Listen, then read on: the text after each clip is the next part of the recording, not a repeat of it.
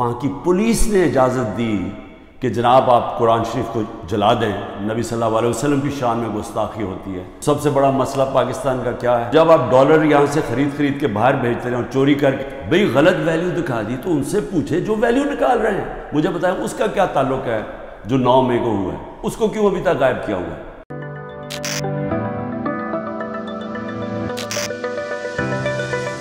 اپنے دین سے پیار کرتی ہے اور جو اللہ کی کتاب وہ ہمارے دلوں میں اس کی عزت ہے، اور اللہ کے جو ہمارے پیغمبر ہیں نبی صلی اللہ علیہ وسلم ان کی عزت ہے، تو جب اس طرح کی چیز ہوتی ہے تو ہم ایک زندہ قوم کی طرح ایک پرامن طریقے سے ضرور بتائیں، پیغام پہنچائیں کہ ہمیں اس کی تکلیف ہوئی ہے۔ تو میں آپ سب کو کہتا ہوں، میں صرف تحریک انصاف کے لوگوں کو نہیں، قوم کو کہتا ہوں کہ جمعے کے بعد آپ نے سب نے جمعے کی نماز کے بعد نکل کے مظاہرہ کرنا ہے پرامن طریقے سے۔ ہمیشہ پرامن رہو کیونکہ ہمارا ملک ہے، ہم کوئی نقصان نہیں پہنچانا چاہتے، لیکن ایک پرامن طریقے سے احتجاج ہو تاکہ پیغام جائے کہ پاکستان وہ قوم ہے جو اسلام کے نام پہ بنی تھی، اور ہمیں تکلیف ہوئی ہے کہ یہ وہاں کی پولیس نے اجازت دی کہ جناب آپ قرآن شریف کو جلا دیں اور آزادی رائے کے مطابق۔ آپ کو پتہ ہونا چاہیے کہ پاکستان کی وجہ سے آج 15 مارچ دنیا کے اندر اینٹی اسلامو فوبک دن بنایا جاتا ہے، یعنی جو اسلام کے خلاف جو حرکتیں ہوتی ہیں، مثلا نبی صلی اللہ علیہ وسلم کی شان میں گستاخی ہوتی ہے، اور یہ جان کے جس طرح یہ قرآن شریف کو جلایا گیا، اس کو یہ اسلاموفوبیا کے اندر آتا ہے۔ تو ہماری وجہ سے یونائٹڈ نیشنز میں 15 مارچ کو اینٹی اسلاموفوبیا دن بنایا جاتا ہے۔ تو اس لیے ہم سب کو جمعے کے بعد نکلنا چاہیے اور پرامن طریقے سے احتجاج کرنا چاہیے۔ دوسری چیز، دبئی میں میٹنگ ہوتی ہے، پاکستان کے بڑے بڑے منی لانڈرر کا مطلب جو اس ملک سے پیسہ چرا کے باہر لے جاتے ہیں۔ جو سب سے بڑا مسئلہ پاکستان کا کیا ہے کہ ہمارا روپیہ گرتا جاتا ہے ڈالر کے مقابلے میں۔ تو جب آپ ڈالر یہاں سے خرید کے باہر بھیجتے رہیں اور چوری کر کے باہر بھیجتے رہیں تو وہ ڈالر کی کمی ہونی ہے، اور جب ڈالر کی کمی ہوگی تو روپیہ گرتا جائے گا۔ ہوا ہے جو میں نے گفٹس لی، جو بھی میں نے فیصلہ کیا میں نے بیچ دی ہیں، اس کے اوپر کیپٹل گینز ٹیکس وہ سارا FBR میں نے ڈکلیئر کیا ہوا ہے، سارا کچھ میرا ڈکلیئرڈ ہے۔ اس میں نے غلط کام کیا یہ کہہ رہے ہیں کہ جناب وہ اس کی غلط ویلیو دکھا دی۔ بھئی غلط ویلیو دکھا دی تو ان سے پوچھے جو ویلیو نکال رہے ہیں۔ میرا تو کام نہیں ہے ویلیو کی، میں تو نہیں جا کے بیچ رہا، میں تو نہیں اسیس کر رہا۔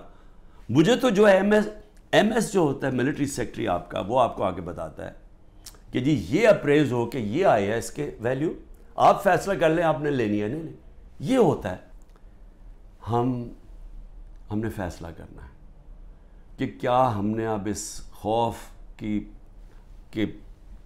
زنجیروں کے اندر اپنے آپ کو غلام رکھنا ہے۔ میں نے آپ کو بتا دیا کہ آزاد قوموں کے اندر ایسی چیزیں نہیں ہوتی، کوئی کسی کی جرت نہیں ہوتی آئین کے خلاف جانے کی، کسی کی جرت عدالت کے فیصلوں کے خلاف جانے کی نہیں ہوتی، کوئی کسی کو اس طرح اغوا نہیں کر سکتا جس طرح مجھے اٹھا رہے تھے، جس طرح عمران ریاض کو غائب کر دیا۔ اب عمران ریاض کا کیا کام تھا؟ مجھے بتائیں اس کا کیا تعلق ہے جو 9 مئی کو ہوا ہے؟ اس کو کیوں ابھی تک غائب کیا ہوا ہے؟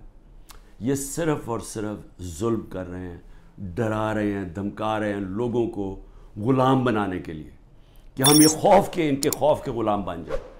میں اپنی آج قوم کو کہنا چاہتا ہوں کہ دیکھیں، آپ کو یہ اب میں اپنی ٹیم جو میرے لوگ ابھی چھپے بھی ہوئے ہیں سارے انڈر گراؤنڈ میں سب کو اب کہنا چاہتا ہوں کہ دیکھیں وقت آ گیا ہے، یہ لوگوں کے گھروں کے اندر گھس کے جو گھر کی عورتوں سے کر رہے ہیں، بچے اٹھا کے لے جاتے ہیں، گھر توڑ دیتے ہیں، گھر لوٹ لیتے ہیں، یہ ہزاروں گھروں سے کر رہے ہیں، پختونخوا کے اندر گاڑیاں اٹھا کے لے جاتے ہیں، جو بھی PTI کا ملے، رشتہ دار ملے، کوئی بھی، میں ساری قوم کو کہہ رہا ہوں کہ کیا آپ یہ برداشت کرنے کے لیے تیار ہیں؟ کیونکہ یہ آج ہمارے سے ہو رہا ہے، یہ سب سے ہوگا۔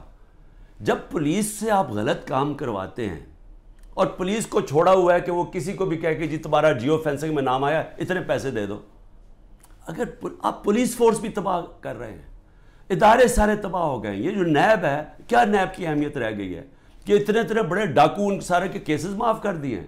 جو 3 گاڑیاں آصف زرداری نے چوری کی ہیں توشہ خانہ سے، 1 گاڑی نواز شریف نے چوری کی ہے، 1 مریم نواز نے چوری کی ہے، ان کو کوئی پوچھ نہیں رہا. اور آ کے کہہ رہے ہیں جی کہ توشہ خانہ سے یہ آپ نے جو لیگلی کام کیا ہے کہ جی وہ ویلیویشن نہیں ہوئی. بھئی وہ ان سے پوچھے جنہوں نے ویلیو کرنا تھا، وہ میرا اس سے کیا تعلق ہے. لیکن مقصد انصاف کا نہیں ہے، مقصد ظلم کرنے کا ہے. اور میں قوم کو اب کہتا ہوں، اب یہ بھیڑ بکریوں بن کے رہنے کا وقت چلا گیا ہے. میں آپ کو کہہ رہا ہوں، میں تیار ہوں. میں کل جا رہا ہوں، پتہ نہیں کتنے میرے 19 بیلیں لگی ہوئی ہیں، کسی میں اندر ڈال سکتے ہیں. میں تیار ہوں سب کے لیے، میں ہر چیز کے لیے تیار ہوں. لیکن میں یہ ظلم کا نظام برداشت کرنے کے لیے تیار نہیں ہوں. میں یہ بھیڑ بکریوں بن کے اپنی زندگی گزارنے کے لیے تیار نہیں ہوں. میں یہ سمجھتا ہوں کہ یہ قوم کے لیے وقت آ گیا ہے. آپ سب فیصلہ کر لیں کہ کس طرح کا پاکستان آپ چاہتے ہیں. کیا وہ پاکستان چاہتے ہیں جو پروفیشنل جو باہر جا سکتے ہیں وہ باہر چلے جائیں، جو آپ کا سب سے بڑے ذہن ہے وہ باہر چھوڑ کے چلے جائیں، وہ بیچارے غریب آدمی کشتیوں میں ڈوبتے رہیں جا کے اللیگلی غیر قانونی طور پہ نکلنے کے لیے، اور باقی قوم بھیڑ بکروں کی طرح رہ جائے. اس ملک کا کوئی مستقبل نہیں ہے. وہ مجھے افسوس سے کہنا پڑتا ہے کہ وہ ساتھ ہمارا ملک جس تیزی سے آگے جا رہا ہے اور جس تیزی سے اس میں اور ہمارے میں فاصلے بڑھتے جا رہے ہیں، یعنی ہر طرح وہ آگے نکل گئے ہیں.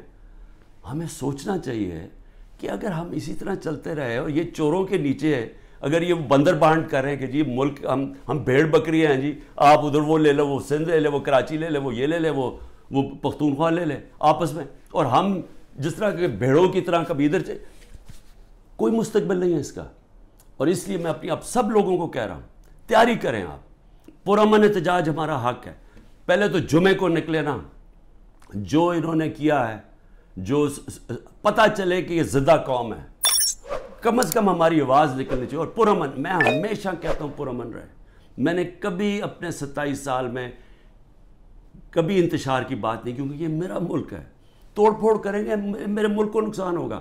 میں نے ان چوروں کی طرح باہر تو نہیں ہے میری کوئی پراپرٹیز، میں نے تو نہیں باہر بھاگنا.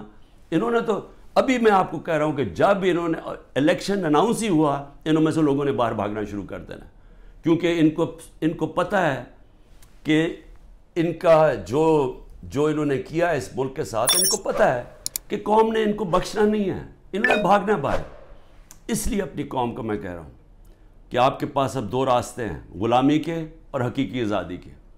لا الہ الا اللہ، کوئی نہیں ہے خدا اللہ کے سوا. ہم کسی ظالم کے سامنے اور یہ ظلم کا نظام اور یہ خوف کے سامنے ہم جھکنے والے نہیں ہیں. ہم نبی صلی اللہ علیہ وسلم، محمد مصطفیٰ، دنیا کے سب سے عظیم لیڈر، ہم ان کی امت ہیں. اور وقت آ گیا ہے کہ ہم اب اپنا سٹینڈ لیں اور پرامن طریقے سے تیاری کریں نکلنے کے لیے سڑکوں پہ. پاکستان زندہ باد.